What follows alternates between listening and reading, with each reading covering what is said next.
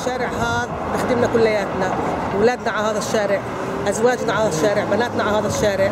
الشارع صار ينزف دم، اكثر من شاب وشاب راحوا على هذا الشارع. الشارع وضعه كل ما هو بسوء، لو بنطلع عليه فيش ارصفه، الشارع فيش فيه اتجاهين كلته اتجاه واحد، ضيق جدا.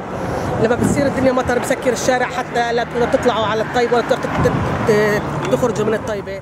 ضد الشارع 444 اللي هو شارع الموت اسمه، لازم نسميه شارع الموت. تنهم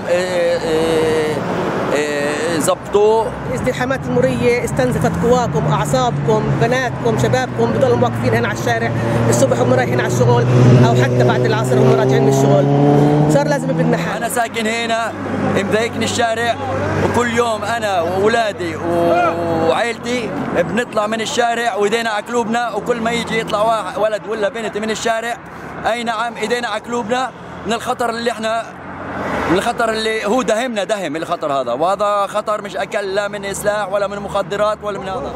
لو احنا يهود البلد اليهوديه اللي بنوها جديد، اول كم يخلصوها صاروا عاملين اشاره ضوئيه ومظبطين المسلك اليمين والمسلك الشمال ومظبطين كل شيء.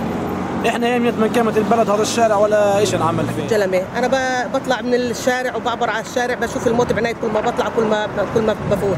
الصبح لما بنودي اولادنا على المدرسه لازم نستنى نص ساعه في الازدحامات اللي بتكون موجوده هون. الشارع تبقى فيه ازمه برحت العمال الصبح على الشغل بالترويحه، بوقفوا البوليس بنتوا بس مخالفات سير، بدل ما يدوروا على حل ثاني شاطرين بس بمخالفات السير. وزاره المواصلات اكثر شيء لازم تهتم هذا الشارع، يجب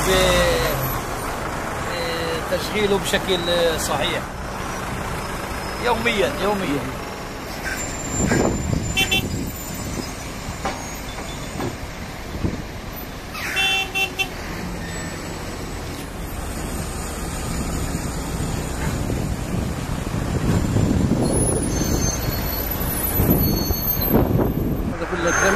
كل يوم هالمعاناة اللي بنمر فيها. عملوا وسعوا الشارع لعند الطيبة للمدخل الجنوبي، ضيقوا الشارع لمسلك واحد، يجي يتفرجوا بعينيهم ويكرروا.